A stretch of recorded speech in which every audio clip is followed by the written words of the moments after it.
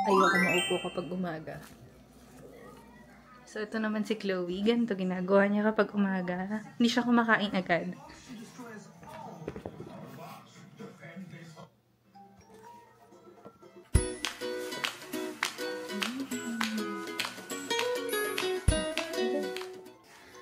Nanonood din siya. Ito yung pinapanood niya. Ayan, mga educational videos. Pinapanood ko siya kapag umaga ng mga siguro 1 oras yan. Kasi after nyan, mag-exercise naman ako hanggang tanghalian yun. So, hindi na siya makakanood ng TV. So, yan lang yung time niya. So, tapusin ko lang yung paghiwa nito and then magluto tayo mamaya.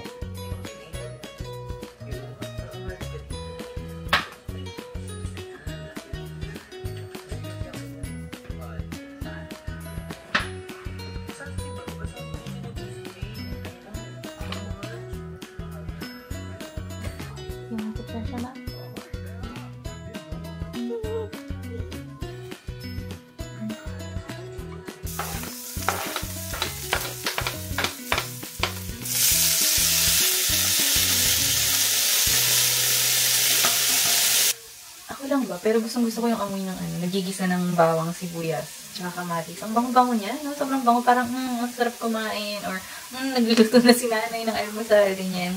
Sarap. Yun lang. Everyday talaga kumakain kami ng gulay. Hindi pwedeng walang gulay everyday kasi masakitin niya ako. So,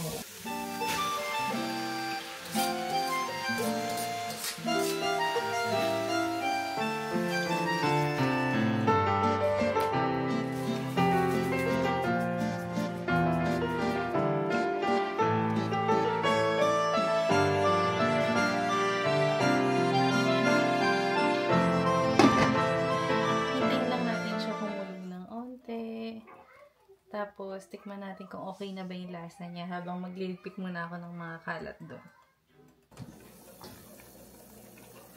Ayan. Kapag medyo parang lata-lata na yung gulay, luto na to. Lulutuin ko naman ngayon is yung lunch namin ni Chloe. So, almusal niya, tinapay. Lunch namin is salmon at saka brown rice. Tapos, ang dinner namin is yung gulay. Plus, ito. Tawag ko dito ng bata ako kambal na isda.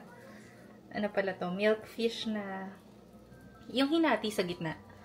Tapos may suka. Ayan. Ano ba tawag dito? Kalimutan ko na. Basta yan. Yan yung dinner namin. So, piprituhin ko din yan mamaya.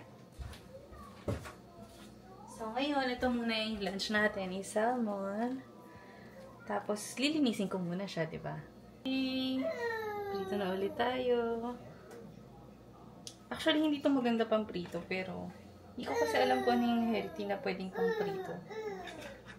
Yung salmon, nalinis ko na. Ganyan lang kaunti. 2 lang kami ni Chloe kakain nito. Hindi ka pa nga namin to mauubos. Yan, pang lunch lang naman siya.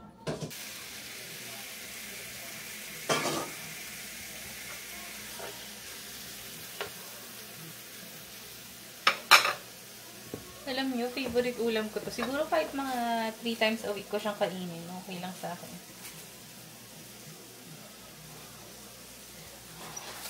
Lalo na yung may butter, tas garlic. Sarap. O kaya naman may kimchi.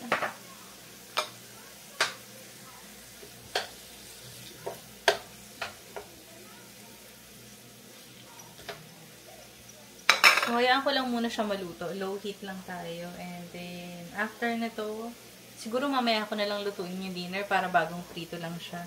Exercise muna ako after nito.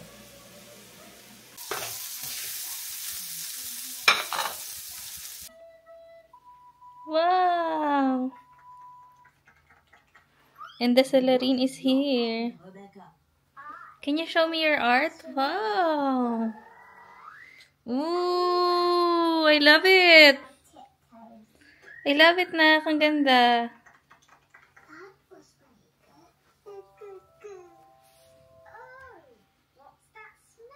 Hindi. Nahugasan naman yan. So, okay lang kahit magsulat-sulat siya dyan. Say hi, Chloe! Hi! Say hi!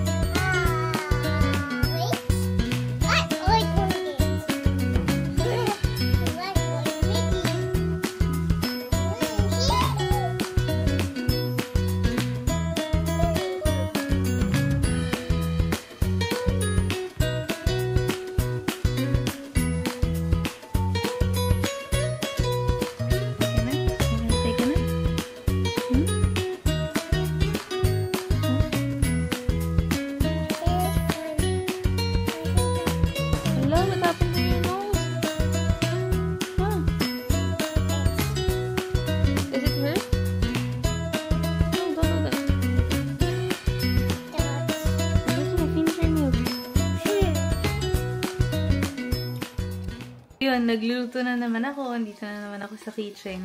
Niluluto ko na yung fish na bangus na hinati sa gitna na may suka at bawang. Ang tapang-tapang ng amoy niya. Nakalimutan ko na ganito nga pala to. Sobrang tapang ng amoy niya. So, nangangamoy yung buong bahay namin ng ganito ngayon. So, eto si Chloe. Chloe, what are you doing? What? Are you good?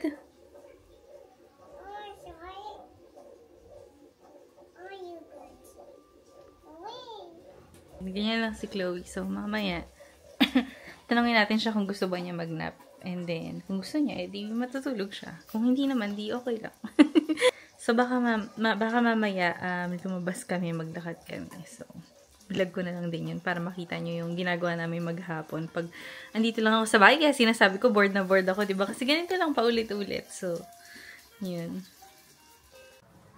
So, natutulog. Ano to? Natutulog na si Chloe.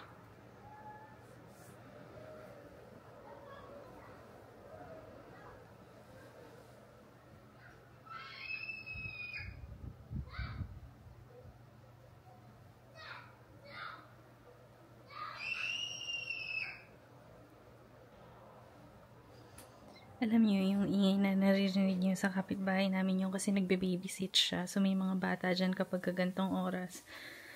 So, yun yung naglalaro sila. Yun yung naririnig niyo. Pero usually, sobrang tahimik dito. Parang, hindi ko nga nakikita minsan yung mga kapitbahay namin. Tsaka, gusto ko na maingay kasi ibig sabihin may mga tao.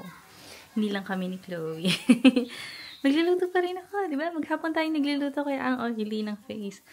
So, yun yung mga ginagawa ko maghapon. And then, after na to, habang natutulog si Chloe, maglilinis-linis muna ako. Tapos, mag-exercise na naman mamaya.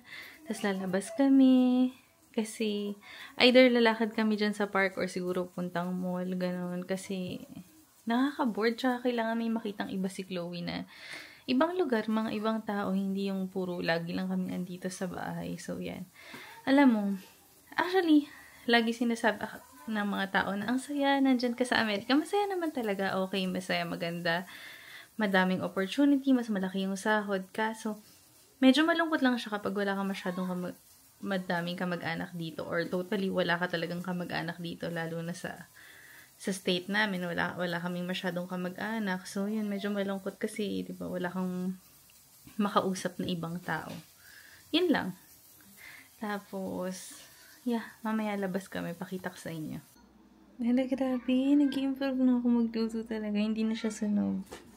Naka-proud.